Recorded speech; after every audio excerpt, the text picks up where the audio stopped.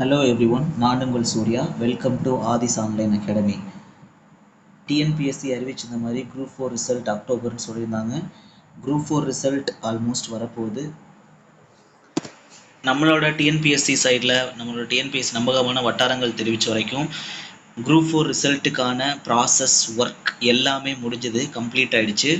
So group 4 ரிசல்ட்டை நாம் this week, ஓகேங்களா, ஸோ தீபாவளிக்கு முன்னாடி இருக்கக்கூடிய இந்த வீக்லேயே நம்ம மேக்ஸிமம் எதிர்பார்க்கலாம் அப்படின்னு சொல்லிட்டு நம்மளோட வட்டாரங்கள் தெரிவிக்கிறாங்க.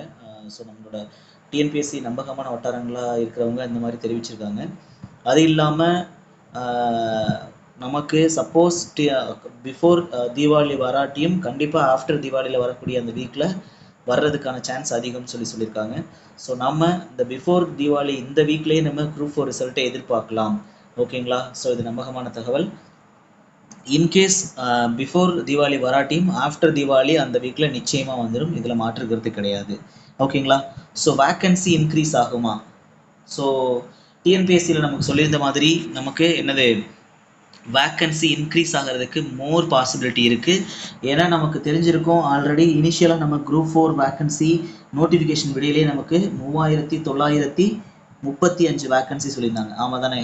ஸோ இது வந்து நமக்கு நார்மலாக விஏஓ ப்ளஸ் வந்து ஜூனியர் அசிஸ்டன்ட் ப்ளஸ் நமக்கு டைப்பிஸ்ட் எல்லாம் சேர்த்து, ஷார்ட் ஹேண்டோட சேர்த்து, ஆமாம் தானே. ஸோ நெக்ஸ்ட்டு இது கூட அதுக்கப்புறமா ஒரு ஆட் ஆனால் ஒரு 700+ வேக்கன்சிஸ் ரிலீஸ் பண்ணாங்க, ஆமாம் தானே. ஸோ 700+ வேக்கன்சிஸ் ரிலீஸ் பண்ணாங்க. ஸோ இப்போதைக்கு நமக்கு டோட்டலாக நமக்கு 4662 வேக்கன்சிஸ் இருக்குது குரூப் 4 பொறுத்த வரைக்கும். 2025 குரூப் 4 பொறுத்த வரைக்கும் நமக்கு இவ்வளோ வேக்கன்சிஸ் இருக்குது. சார் இதுக்கு மேலேயும் வேக்கன்சிஸ் இன்க்ரீஸ் ஆகுமா சார், நிறைய பேர் கேட்குறீங்க. ஸோ இந்த வேக்கன்சி இதுக்கு மேலேயும் இன்க்ரீஸ் ஆகிறதுக்கு அதிக சான்சஸ் இருக்குது, ஓகேவா. ஸோ இதில் எந்த மாற்றமும் கிடையாது.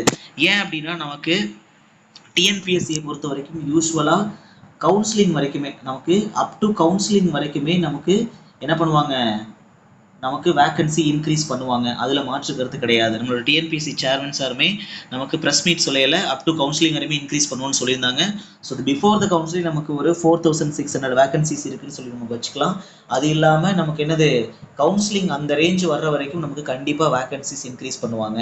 ஸோ முன்னாடி இருந்த நமக்கு இந்த 3900 வேக்கன்சிஸ் கூட இப்போ ஒரு 700+ வேக்கன்சிஸ் இன்க்ரீஸ் ஆயிருக்கனால நமக்கு கட் ஆஃப்ல மேபி ஒரு கொஸ்டின் நமக்கு குறையிறதுக்கு வாய்ப்பு இருக்குது, ஓகேங்களா. ஸோ நம்மளோட வீடியோஸ்லேயே கட் ஆஃப் ப்ரிடிக்ஷன் எவ்வளோன்னு சொல்லி போட்டிருப்போம். ஸோ பார்க்காதவங்க அதை பார்த்துக்கோங்க. ஸோ நமக்கு 150 ± 3 அப்படின்னு சொல்லியிருந்திருப்போம். ஸோ இதில் இருந்து நமக்கு கட் ஆஃப் மேபி என்னது ஒரு கொஸ்டின் குறையிறதுக்கு வாய்ப்பு இருக்குது, ஏன்னா இந்த இன்க்ரீஸ் ஆஃப் வேக்கன்சிஸ்னால. இதுக்கு மேலே இன்க்ரீஸ் ஆகுமா சார் வேக்கன்சிஸ் அப்படின்னா கண்டிப்பாக சான்சஸ் இருக்குது அப் டு கவுன்சிலிங் வரைக்கும், இதில் எந்த மாற்று கருத்தும் கிடையாது, ஓகேங்களா. So cut off video already group 4க்கு போட்டிருப்போம். ஸோ யாராவது பார்க்காம இருந்தீங்கன்னா அதையும் பார்த்துக்கோங்க, ஓகேவா sir. Next reservation. So group 4 எழுதுன ஒருத்தரும் இந்த ரிசர்வேஷன் பற்றி தெரிஞ்சுக்கிறது ரொம்ப அவசியம். ஏன்னா இந்த ரிசர்வேஷன் எப்படி ரோல் ப்ளே பண்ணும் அப்படிங்கிறது தெரிஞ்சதுனா தான் உங்களோட கம்யூனல் கேட்டகரிக்கும் ஓவரால் கேட்டகரிக்கும் எப்படி நமக்கு போஸ்டிங் கிடைக்குமா கிடைக்காதா, நமக்கு எந்த வகையான போஸ்டிங் கிடைக்கும் அப்படின்ற ஒரு உங்களுக்கு ஒரு கிளியர் கட்டான ஒரு ஐடியா கிடைக்கும், கன்ஃபியூஸ் ஆகாமல். சொல்கிறது புரியுங்களா. ஸோ அப்படி இருக்கிறது ஒருத்தரும் இந்த ரிசர்வேஷன் எப்படி ஒர்க் ஆகுது அப்படின்ற விஷயங்களை தெரிஞ்சுக்க வேண்டியது அவசியம். ஸோ இதை முடிஞ்ச அளவுக்கு ரிசர்வேஷன் கேட்டகரிஸ்ன்றது நமக்கு ரொம்ப பெரிய விஷயம். ஏன்னா நமக்கு இந்த பர்டிகுலராக நமக்கு இந்த வேக்கன்சிஸ் வச்சு நமக்கு என்னது இந்த வேக்கன்சிஸ்லேயே ரெண்டாக பிரிப்பாங்க, ஆமாம் தானே. என்ன விஏஓ ப்ளஸ் ஜூனியர் அசிஸ்டன்ட்னு ஒரு கேட்டகரியும் typist plus shorthand typist, ஓகேவா, சுருக்கெழுத்தர்னு சொல்லுவாங்க. ஸோ இப்படியும் பிரிப்பாங்க. ஸோ நமக்கு யூஸ்வலாக டைப்பிஸ்ட் எந்த கேட்டகரியுமே இல்லாமல், டைப்பிஸ்ட்டில் நான் எதுவுமே என்கிட்ட கிடையாது சார், லோயரும் கிடையாது ஹையரும் கிடையாது ஷார்ட் ஹேண்டும் கிடையாது அப்படின்றவங்க இதில் மட்டும்தான் வருவீங்க. ஸோ இதில் number of vacancies total vacancy இருக்கிறதுல அந்த இப்போதைக்கு 4662 சொல்லியிருக்கோம் இல்லையா. ஸோ இதுலேருந்து நமக்கு பார்க்குறப்ப ஸ்பிளிட் அப் ஆகும். ஸோ இந்த ஸ்பிளிட் அப்லாம் பார்த்தோன்னா நமக்கு வீடியோ பெருசாகிடும். ஸோ இந்த ஸ்பிளிட் அப்ஸ் எவ்வளோ வரும், யாரோட கேட்டகரிஸ்க்கு எவ்வளோ பிரியும் அப்படின்ற விஷயங்களை நம்ம ஃபர்தராக நமக்கு ரிசல்ட் வந்ததுக்கு அப்புறமா நம்மளோட சேனல் அப்லோட் பண்ணுவோம். ஸோ அப்போதைக்கு நீங்கள் பார்த்துக்கலாம். இப்போதைக்கு நமக்கு ரிசர்வேஷன்னா என்ன, ரிசர்வேஷன் எப்படி நமக்கு இந்த வேக்கன்சிஸ் குரூப் 4 வேக்கன்சிஸில் எப்படி ஸ்பிளிட் அப் ஆகும் அப்படிங்கிற விஷயத்த ஸ்டார்ட்டாக பார்த்துடலாம், ஓகேங்களா. ஸோ இப்போ நம்மக்கிட்ட இருக்க வேக்கன்சிஸ் தெரியும், 4662 வேக்கன்சிஸ் இருக்குது அப்படின்ட்டு, ஓகேங்களா. ஸோ முதல்ல தமிழ்நாடோட ரிசர்வேஷனை பற்றி நம்ம பார்ப்போம். நமக்கு எல்லாத்துக்குமே தெரிஞ்சிருக்கும் தமிழ்நாட்டோட ரிசர்வேஷனில் ஃபர்ஸ்ட் என்னது நமக்கு ஓப்பன் கேட்டகரி ஓகேங்களா, ஓசின்னு சொல்லுவோம். மொத்தமா நமக்கு தமிழ்நாட்டோட ரிசர்வேஷன் நமக்கு 69%. இட் மீன்ஸ் ஓப்பன் கேட்டகரி நமக்கு 31%. இதுதான் ஜென்ரல் கேட்டகரின்னு சொல்லுவோம். ஆமா தானே? எஸ். நெக்ஸ்ட் பாருங்க, யார் யாருக்கெல்லாம் எவ்வளவு வேகன்சி ஸ்பிளிட் அப் ஆகும் அப்படின்னு சொல்லி பார்த்தோம்னா, பிசிக்கு நமக்கு 30%. ஓகேங்களா, பிசிக்கு 30%. இந்த 30% மேலும் ரெண்டா ஸ்பிளிட் அப் பண்ணுவாங்க. என்னன்னு சொல்லி பார்த்தோம்னா, பிசிக்கு மட்டும் 26.5%, பிசிஏக்கு, பிசிஏனா பிசிஏல என்னது, சாரி பிசிஎம்முக்கு, பிசிஎம்னா முஸ்லிம்ஸ்க்கு ஓகேங்களா, பிசி முஸ்லிம்ஸ்க்கு 3.5% நமக்கு கிளாஸிஃபை பண்ணுவாங்க. ஓகேங்களா. ஸோ இது இல்லாம நமக்கு அடுத்து என்னது, எம்பிசிக்கு நமக்கு எவ்வளோ அப்படின்னு சொல்லி பார்த்தோம்னா 20%. ஓகேங்களா. ஸோ அடுத்து எஸ்சிக்கு பார்த்தோம்னா 18%. இந்த 18% ரெண்டா பிரிக்கலாம். 15% for SC and 3% for SCA. ஓகேங்களா, கிளியரா? எஸ். அடுத்து பார்த்தோம்னா எஸ்டிக்கு 1%. ஓகேங்களா. ஸோ இதை நீங்கள் டோட்டலாக கூட்டினீங்கன்னா 69% வரும். என்னது, எக்ஸப்ட் அந்த ஜென்ரல் கேட்டகரி, ஓசி கேட்டகரி 31% இல்லாமல். ஓகேங்களா. ஸோ இப்போ இந்த 69%ங்கிறது நம்மளோட ரிசர்வேஷன். ஓகேங்களா. ஓகே சார், நமக்கு 69% இருக்கு சார், மிச்சம் 31% நமக்கு சொல்லிட்டீங்க என்னது ஓப்பன் கேட்டகரி அப்படின்னு சொல்லிட்டு. இப்போ ஹரிசாண்டல் ரிசர்வேஷன் என்ன சார், வெர்டிகல் ரிசர்வேஷன் என்ன சார்? ஏன்னா ரிசர்வேஷன்ல 2 டைப் இருக்கு, ஹரிசாண்டல் அண்ட் வெர்டிகல் அப்படின்ட்டு. ஸோ அது ரெண்டும் நமக்கு என்ன விஷயம் அப்படின்றது தெரிஞ்சாதான் நம்மளால என்ன பண்ண முடியும், நமக்கு போஸ்டிங் கிடைக்குதா இல்லையா அப்படின்றத நம்மளால சொல்ல முடியும். ஓகேங்களா. ஸோ நல்லா கவனிங்க, முதல்ல வெர்டிகல் ரிசர்வேஷன் பார்த்துருவோம். இந்த ரிசர்வேஷனை நமக்கு ரெண்டா பிரிக்கலாம். ஓகேங்களா. என்ன அப்படின்னு சொல்லி பார்த்தோம்னா, ஒன்னு வெர்டிகல் ரிசர்வேஷன். ஓகேங்களா, vertical. another one horizontal reservation. ஓகேங்களா. ஸோ இப்போ இந்த வெர்டிகல் ரிசர்வேஷன் என்ன சார் அப்படின்னு சொல்லி பார்த்தோம்னா, நமக்கு என்ன சொல்லியிருந்தோம், நமக்கு கேஸ்ட் வச்சு பிரிச்சிருந்தாங்க இல்லையா. பிசிக்கு 30%, எம்பிசிக்கு 20%, எஸ்சிக்கு 18%, எஸ்டிக்கு 1% அப்படின்னு சொல்லி பிரிச்சிருந்தாங்க இல்லையா, 69%. இந்த தான் நம்ம வெர்டிகல் ரிசர்வேஷன் நம்ம சொல்றது புரியுதுங்களா. ஸோ 31% சார், அது ஓப்பன் கேட்டகரி, அதுவும் நம்ம வெர்டிகல் ரிசர்வேஷன் தான். அது ரிசர்வேஷன்ல கிடையாது, அது ஓப்பன் கேட்டகரியில் வரக்கூடியது. ஸோ வெர்டிகல் ரிசர்வேஷன் அந்த 69% தான் நம்ம வெர்டிகல் ரிசர்வேஷன் சொல்லுவோம். சார் இதுக்குள்ள 2 சப் கேட்டகரி இருக்கு. எஸ், அதுவும் அந்த வெர்டிகல் ரிசர்வேஷன் தான் வரக்கூடியது. சொல்றது புரியுதுங்களா. இப்போ நான் உங்களோட ஈஸியான உங்களுக்கு கன்சிடரேஷனுக்காக நான் என்ன பண்ணிக்க போறேன், டோட்டல் வேகன்சியை 1000 வச்சுக்க போறேன். ஓகேங்களா. இப்போ நம்ம எதை பத்தி பார்த்துட்டு இருக்கோம், ரிசர்வேஷன்ல வெர்டிகல் ரிசர்வேஷன் பத்தி பார்க்குறோம். ஹரிசாண்டல் ரிசர்வேஷன் என்ன அப்படின்றத பின்னாடி நான் சொல்லுவேன். ஓகேங்களா. ஃபர்ஸ்ட் வெர்டிகல் ரிசர்வேஷன் என்னங்கிறத நம்ம முதல்ல புரிஞ்சுப்போம். இப்போ நல்லா கவனிங்க, 1000 வேகன்சி நம்ம கையில இருக்குன்னு வச்சுப்போம், 1000 வேகன்சிஸ்னு வச்சுப்போம் டோட்டலா. சொல்றது புரியுதுங்களா. இப்போ இந்த 1000 வேகன்சில நம்ம என்ன பண்ணுவோம், ஜென்ரல் கேட்டகரி நம்ம என்ன பண்ணுவோம், ஓசின்னு வச்சுப்போம். ஓகேங்களா, other category. So general category நமக்கு எத்தனைனா, இது ஓப்பன் கோட்டா. ஓகேங்களா. ஓப்பன் கோட்டால நமக்கு எவ்வளவு வரும் அப்படின்னு சொல்லி பார்த்தோம்னா 31% அப்படின்னு சொல்றப்ப நமக்கு 310 வரும். ஆமா தானே, 310 வரும் டோட்டல் நம்பர் ஆஃப் வேகன்சிஸ். எதுல, அதர் கேட்டகரியில. ஓகேங்களா. ஸோ ஓப்பன் கோட்டால நமக்கு எத்தனை, 310 வரும். ஓகேங்களா. ஸோ 310 என்ன சார் விஷயம் அப்படின்னா, நல்லா கவனிங்க. ஃபர்ஸ்ட் ஒரு என்ன பண்ணுவாங்க அப்படின்னா, ஃபர்ஸ்ட் வரக்கூடிய இந்த 310 பேரை ஃபர்ஸ்ட் நம்பர், அதாவது என்னது, டிஎன்பிஎஸ்சியில் நமக்கு நம்ம குரூப் 4 வேகன்சி எடுத்துட்டோம்னா ஃபர்ஸ்ட் தமிழ்நாடு லெவலில் ரேங்க் 1 இருப்பாங்க இல்லையா, ரேங்க் 1, ரேங்க் 2, ரேங்க் 3 இந்த மாதிரி நமக்கு எது வரைக்கும் போவாங்க அப்படின்னு சொல்லி பார்த்தோம்னா அப் டு 310 வரைக்கும் போவாங்க. 310 வரைக்கும். ஓகேங்களா.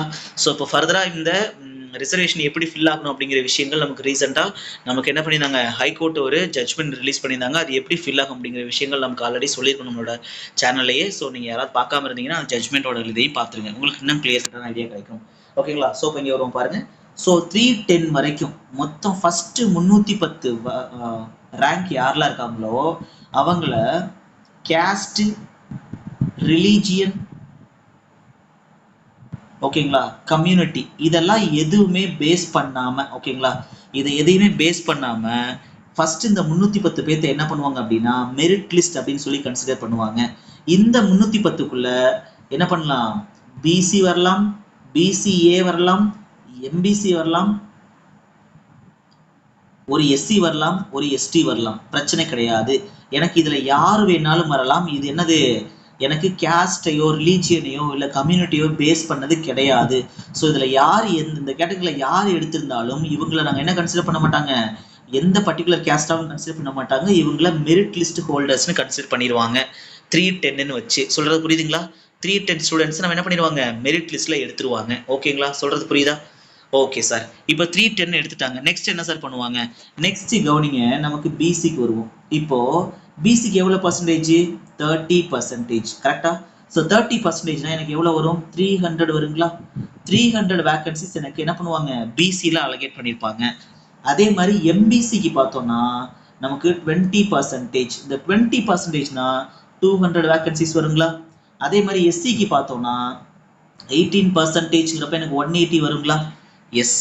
அதே மாதிரி எஸ்டிக்கு பார்த்தோம்னா எனக்கு 1%ன்னு சொல்லல, எனக்கு 100 வேகன்சிஸ் வருங்களா? சாரி 1%. அப்போ எவ்வளோ வரும்?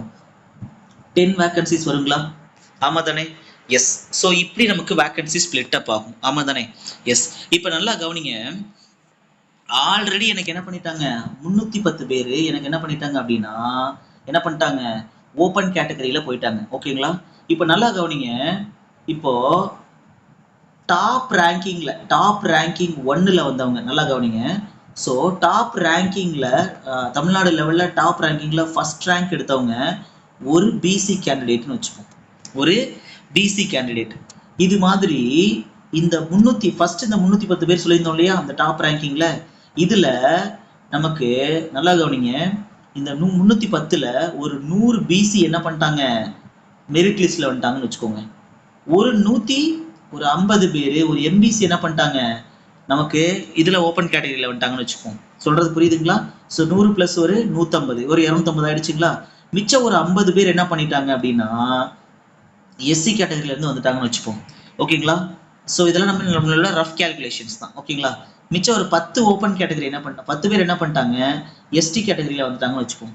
ஸோ இப்போ இதில் என்ன பண்ணியிருக்காங்க, இந்த 310 பேரையும் நான் என்ன பண்ணியிருக்கேன், இந்தந்த கேட்டகரியில இருந்து வந்திருக்காங்க அப்படின்னு சொல்லியிருக்கேன். நல்லா கவனிங்க, இந்த 310 பேரையுமே எந்த கேட்டகரியை வச்சுமே நான் ஸ்பிளிட் அப் பண்ண மாட்டேன்.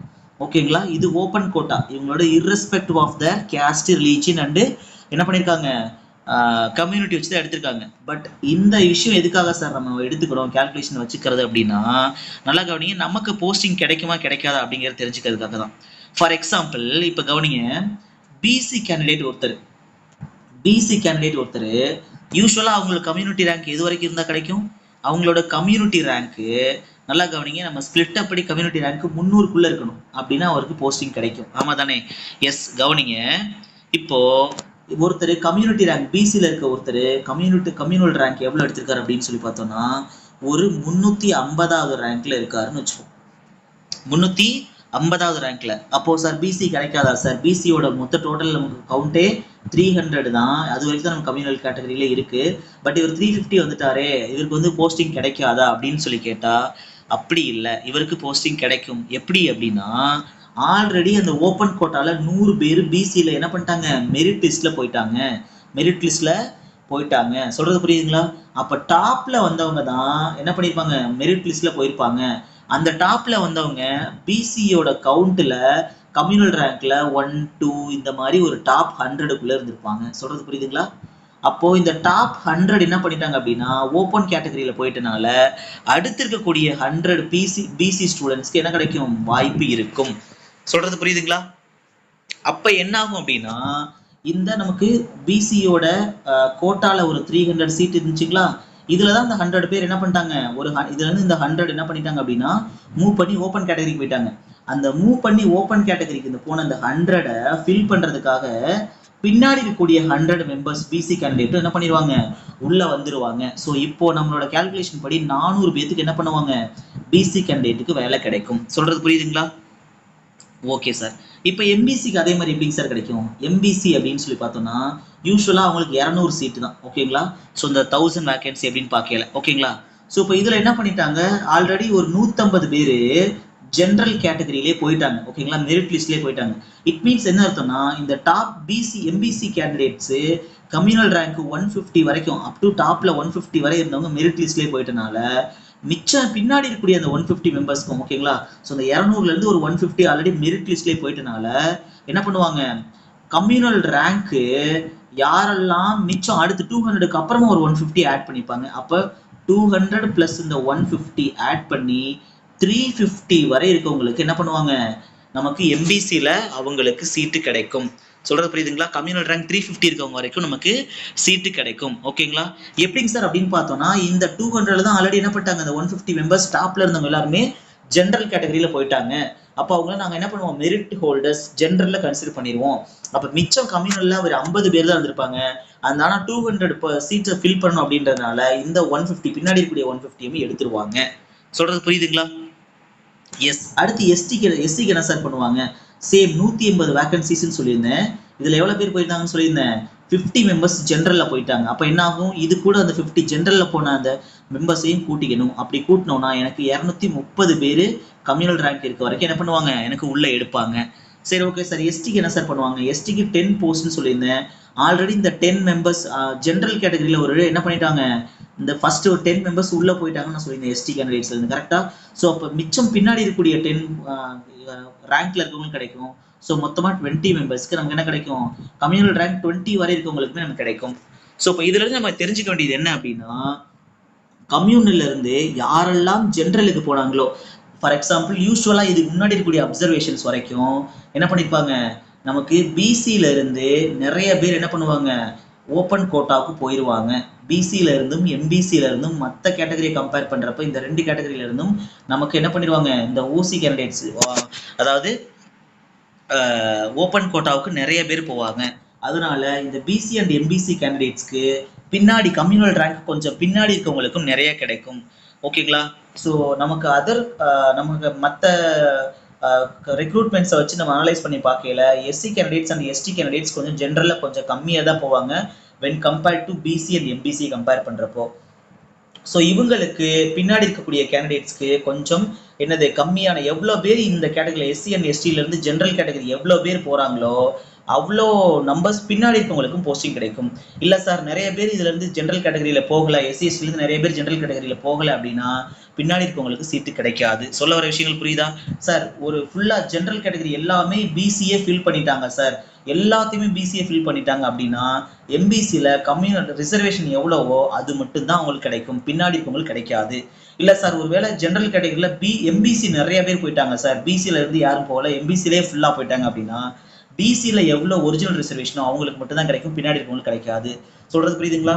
ஸோ வெர்டிகல் ரிசர்வேஷனா யூஸ்வலாக இருக்க ரிசர்வேஷன் ஃபில் பண்ணுறது, அது இல்லாமல் எவ்வளோ பேர் பின்னாடி நமக்கு ஜென்ரலில் போயிருக்காங்களோ அவங்கள அவ்வளோ நம்பர் ஆஃப் கேண்டிடேட்ஸ்க்கு பின்னாடி இருக்கவங்களுக்கும் சான்ஸ் கிடைக்கும். ஓகேங்களா? இதுதான் என்னோட வெர்டிகல் ரிசர்வேஷன். சொல்றது புரியுதுங்களா? ஒரு பார்ட் பார்த்தாச்சு. ஓகே, ஸோ ரிசர்வேஷன்லேயே வெர்டிகல் என்னன்னு சொல்லி இப்போ தான் பார்த்தோம். ஸோ ஹரிசாண்டல்லாம் என்ன சார்? ஹரிசாண்டலை பொறுத்த வரைக்கும் நல்லா தெரிஞ்சுக்கணும், ஒரு கேட்டகரியிலையும் சப் கிளாஸஸ் இருக்கும். சொல்றது புரியுதுங்களா? இப்போ நான் என்ன பண்ணியிருந்தேன் நல்லா கவனிங்க, வெர்டிகல் ரிசர்வேஷன்ல ஒண்ணா பிரிச்சிருந்தேன். என்னென்ன? ஸோ பிசி, எம்பிசி, அதே மாதிரி என்ன பிரிச்சிருந்தோம், எஸ்சி, எஸ்டி அப்படின்னு சொல்லி சப் கேட்டகரிஸ் பிரிச்சிருந்தோம். இப்போ இதுல நல்லா கவனிங்க, இப்போ நான் ஃபார் எக்ஸாம்பிள் இந்த பிசியை மட்டும் எடுத்துக்கிறேன்.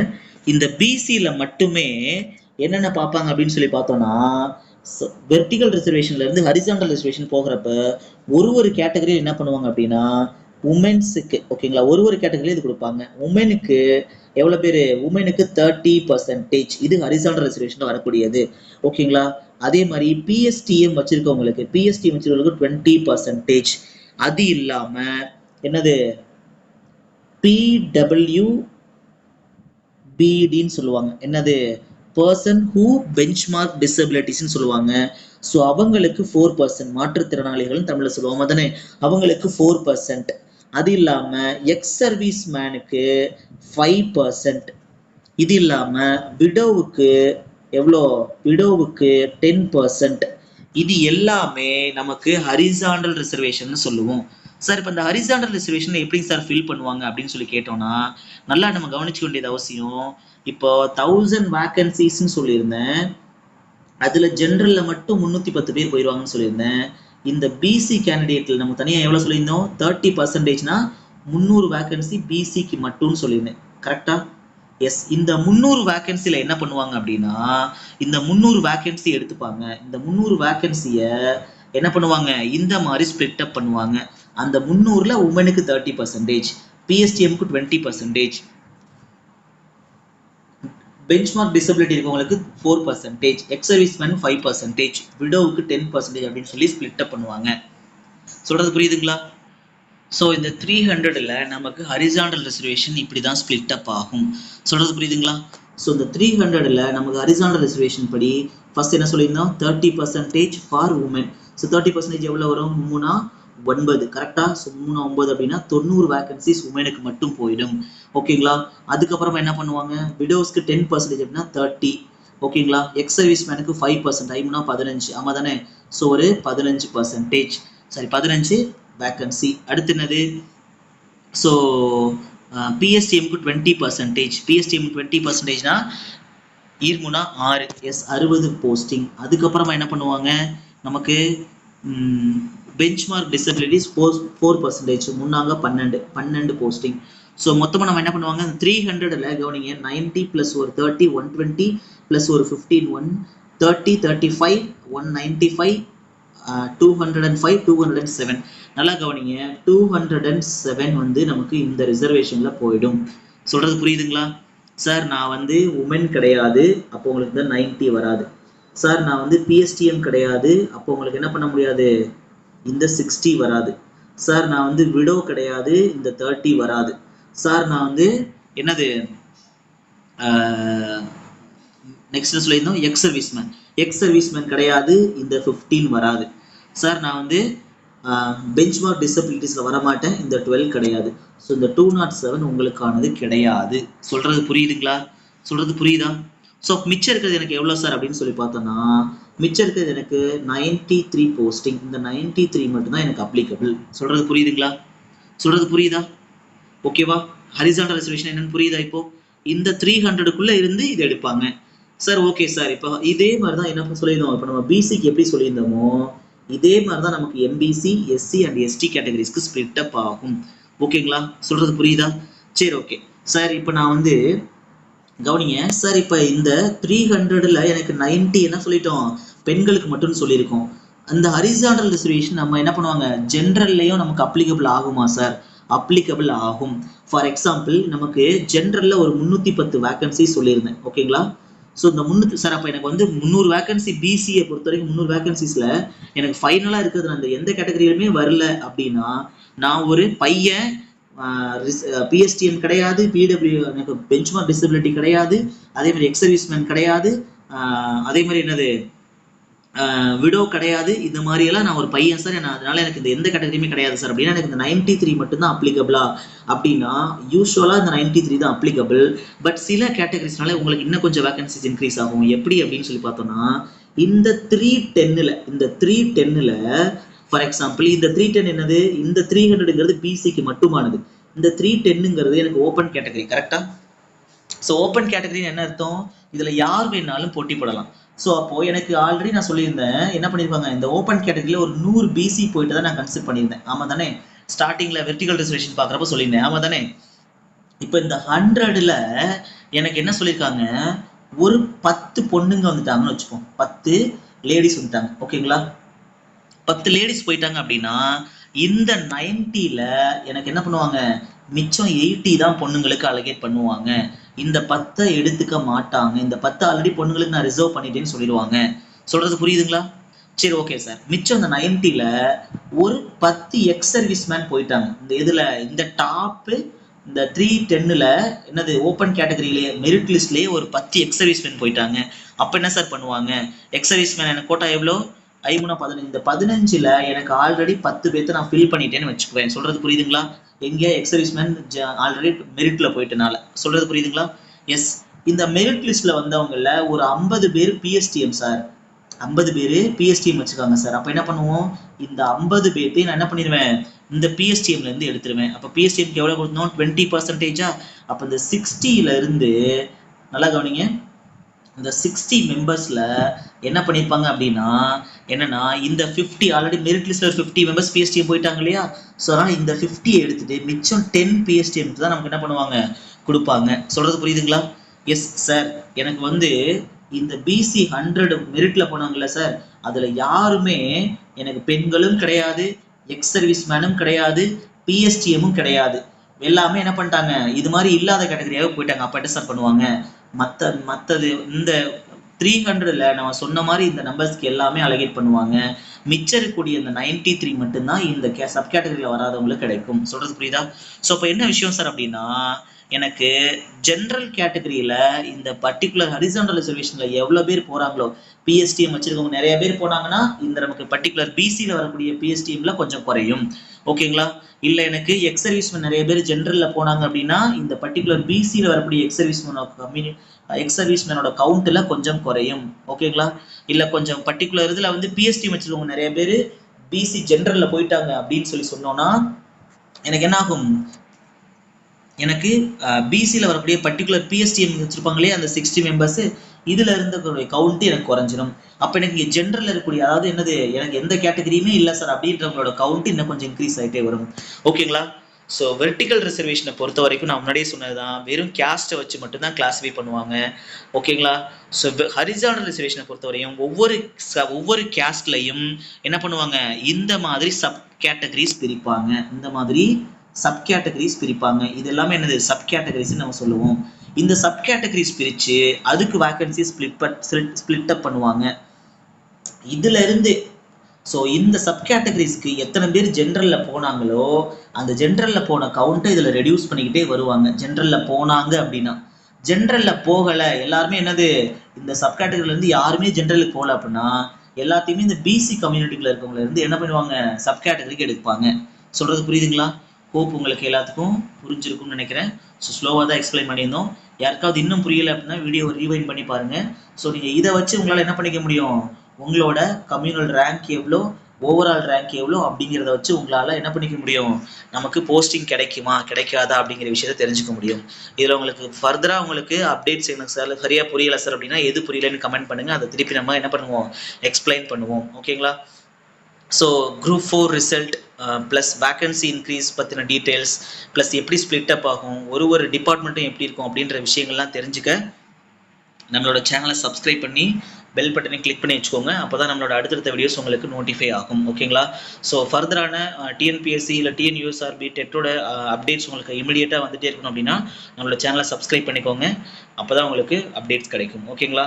ஸோ நம்மளோட டெலிகிராம் சேனல்லையும் நமக்கு இருக்குது. ஸோ அதிலையும் கிளிக் பண்ணி ஜாயின் பண்ணிக்கோங்க. உங்களுக்கு தேவையான விஷயங்கள் மெட்டீரியல்ஸ் எல்லாமே அதிலே நமக்கு கொடுப்போம். ஓகேங்களா?